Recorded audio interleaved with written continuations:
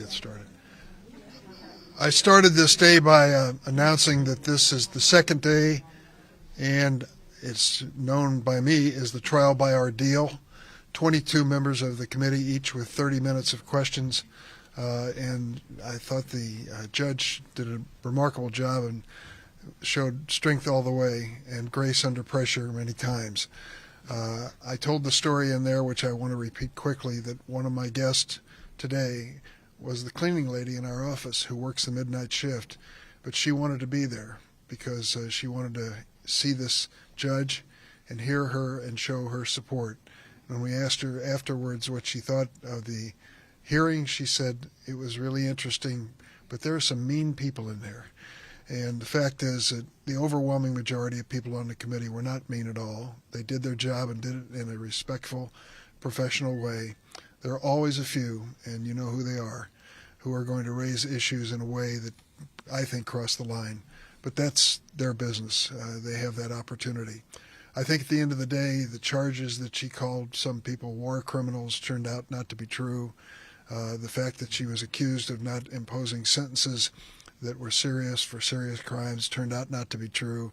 And a couple senators still cling to this discredited theory that she is somehow sympathetic to child pornography.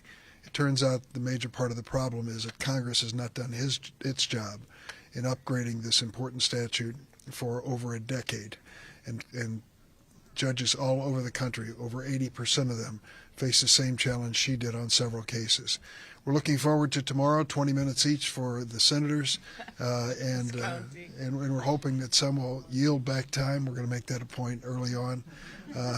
But she's doing a fine job, and I'm hopeful that we'll receive bipartisan support.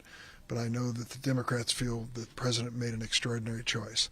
So let me turn it over to my colleagues and have them, if they'd like to say a word. I would just echo Dick's point that Judge Jackson was extraordinarily diligent, competent, calm, patient, thorough, and well-grounded in the law today. It's very important, I think, having spent a lot of time with judges who did not have inevitably the greatest temperaments, to have a Supreme Court nominee like this who really showed superb judicial temperament under fire.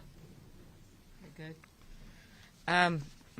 12 hours, and she just continued to answer questions in a way that I thought was thoughtful. But what I really like about her is that she has this just energy and a really good manner, and she is a really positive person. And I think that came through. I've been through now a lot of these hearings, and she seemed to me the most real and someone who you'd love to talk to when you didn't have 100 cameras in your face.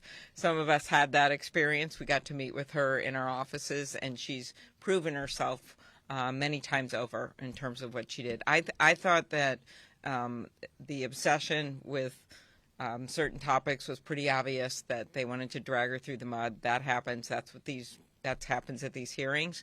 But through it all, she kept her head high, and I think she's going to do very well as we go on tomorrow. So thank you.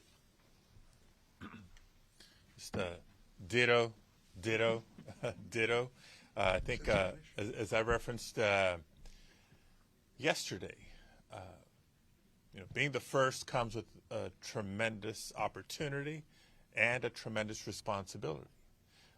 The opportunity, responsibility of adding the diversity that she will bring to the Supreme Court, not just as the first black woman, as a working mom, and we touched on that both lightly and with some humor, but also with seriousness of the important perspective that will be on the bench. Also in her having been a former public defender.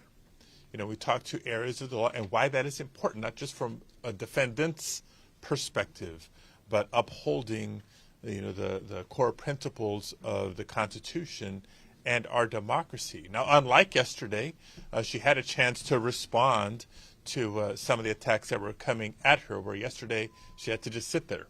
and listen. And I witnessed what we all witnessed, someone with tremendous, not just education, credentials, and experience, but with the temperament we should all strive for in any judge, but especially a justice of the Supreme Court of the United States. Question? Yes. Do you feel like there's any area in which Judge Jackson still needs to answer for on her leniency related to child pornography No. and sentencing? She's covered that 10 different ways. Yep.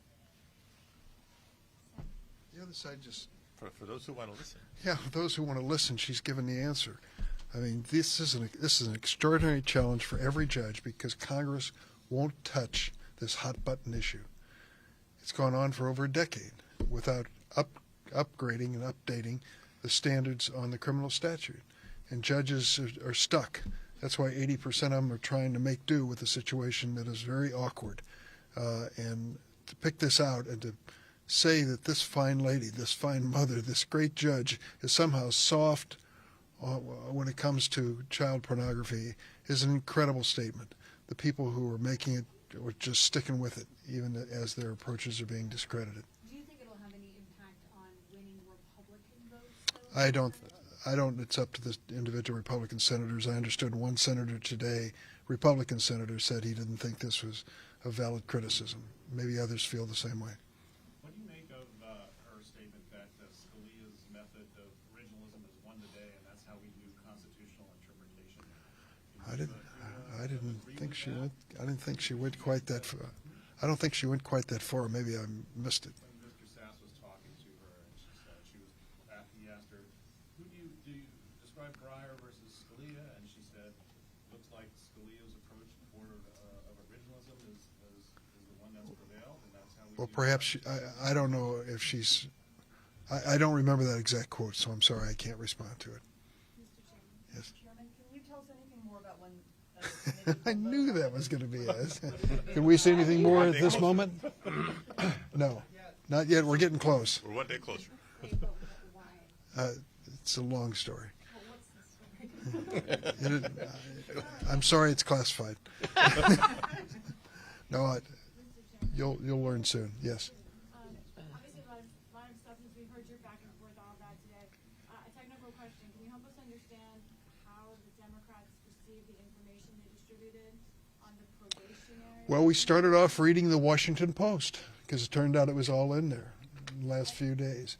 And Are you saying you took the information from the Post? no, if you'll let me complete it, it was in the Washington Post. The White House gathered the information when Hawley sent up his charges. They provided us with a copy. When we got it today, within an hour, we gave it to the other side. Did the White House get it from the court system? I don't know where they got it from. I assume they did. Yes. Mr. Chairman, do you think if Senators Cruz and Hawley employed black women, they would have approached the hearing differently? Wow, it's an interesting question. I don't know. I don't know if they do, so I can't comment. Senator, what was the most memorable answer that Judge Jackson gave today? Oh, I got that. You got it? Take it away.